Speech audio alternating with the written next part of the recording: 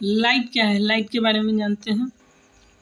तो जैसे लाइट के बहुत सारे गुण हैं, जैसे कि दर्पण में परावर्तन करता है, लेंस में अपवर्तन करता है, पूर्ण आंतरिक परावर्तन करता है क्रांतिक कोण के कारण, विक्षेपण होता है, प्रकीर्णन होता है, और आँख का विकार के बारे में पढ़ेंगे कि लाइट के कैसे आँख पे प्रभाव डालता है।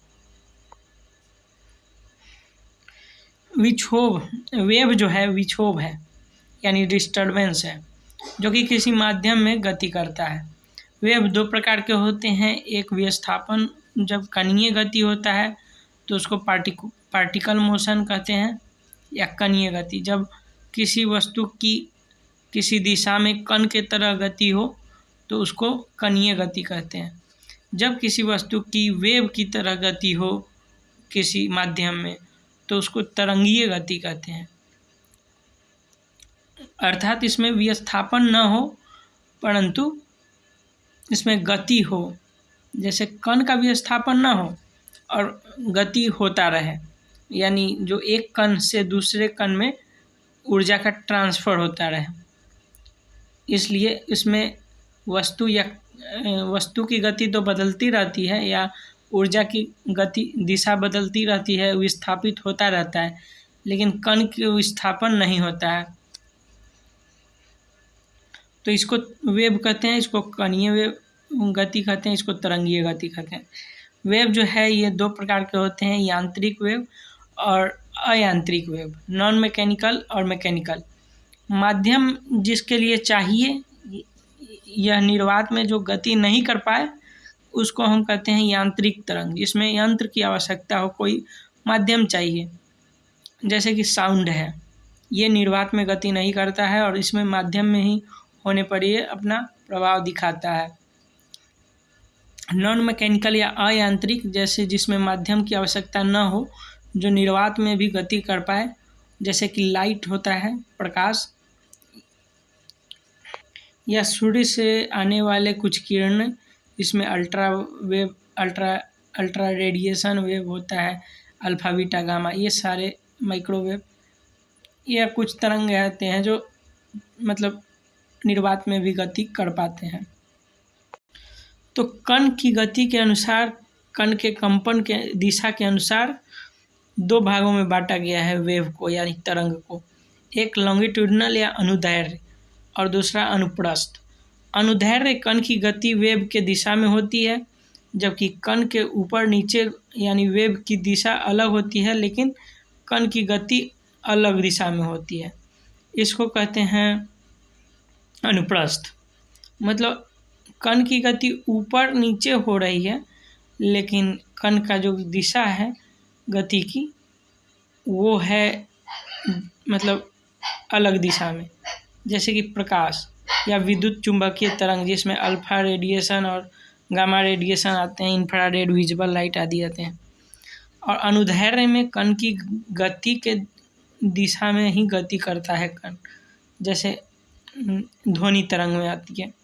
जैसे अनुदैर्ध्य और अनुप्रस्थ को याद रखने का ट्रिक है कि ध से ध्वनि होता है, अनुदैर्ध्य में भी ध है, इसलिए इसको याद करना आसान है, ध्वनि से अनुदैर्ध्य। जबकि अनुप्रस्थ में प्र से प्रकाश होता है और अनुप्रस्थ में भी प्र है, तो इससे कन्फ्यूजन नहीं होगा कि अनुप्रस्थ किसको कहते हैं, अनुदैर्ध्य कौन है। तो प्रकाश अनुप्रस्थ है, जबकि अनुदैर्ध्य ध्वनि है। प्रकाश की गति 3 × 10⁸ मीटर प्रति सेकेंड होता है। परावर्तन क्या है, तो प्रकाश के माध्यम समान रहे और टकरा कर वापस लौट जाना, उसी माध्यम में उसको परावर्तन कहते हैं। जैसे कि मिरर में होता है या दर्पण में होता है, जिसमें 2 नियम होते हैं, आपतन कोण परावर्तन कोण के बराबर होती है और आपतित किरण परावर्तित किरण एक ही तल में होती है। प्लेन मिरर 2 प्रकार के होते हैं, एक गोलाकार और एक समतल। समतल मिरर जो है ये समतल सतह वाला होता है, जबकि गोलाकार स्फेरिकल जो होता है ये किसी गोले से काट कर बनाया गया होता है, जिसमें 2 प्रकार के होते हैं, अवतल और उत्तल। अवतल अंदर की ओर धंसा रहता है, उत्तल जो है बाहर की ओर उभरा रहता है, और समतल तो समतल ही होता है। जिसमें प्रतिबिंब कैसा बनता है, तो वास्तविक और आभासी 2 प्रकार के प्रतिबिंब बनते हैं। जहाँ परावर्तित किरण वास्तव में मिलती है उसको वास्तविक कहते हैं और ये हमेशा उल्टा बनता है।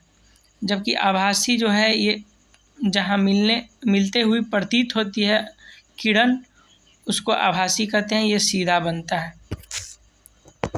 ये एक चार्ट है जिसमें बताया गया है कि प्रतिबिंब जो है अवतल में सीधा बनता है और उल्टा भी बनता है, जबकि उत्तल में भी सीधा और आभासी दोनों बनता है। सीधा और आभासी ही बनेगा उत्तल में, दर्पण की बात हो रही, और जबकि समतल में हमेशा सीधा बनेगा अर्थात आभासी बनेगा। जहाँ भी सीधा बन रहा है ये आभासी है और जहाँ सीधा उल्टा दोनों बन रहा है उल्टा के दिशा में वास्तविक है। प्रतिबिंब का आकार छोटा बड़ा समान हो सकता है, उत्तल में छोटा होगा और समतल में समान आकार का होगा। बिंब और प्रतिबिंब ये दोनों के आवर्धन के हिसाब से देखें तो बिंब का आकार और प्रतिबिंब का आकार दोनों जब बराबर होगा तो ये अवतल में स्थिति होगी, तो मैग्नीफिकेशन यानी आवर्धन जो है 1 होगा। जब आवर्धन 1 होगा तो इसका मतलब प्रतिबिंब का आकार बिंब के समान है। जब बड़ा होगा तो इसका मतलब है कि प्रतिबिंब का आकार बिंब से छोटा है। जब कम होगा तो प्रतिबिंब का आकार बिंब से बड़ा है। यानी इमेज जब जैसे उत्तल में होगा तो इसमें छोटा बनता है, तो अर्थात जो है 1 से कम होगा इसका आवर्धन, और समान आकार का बनता है समतल में, इसलिए यहाँ 1 होगा।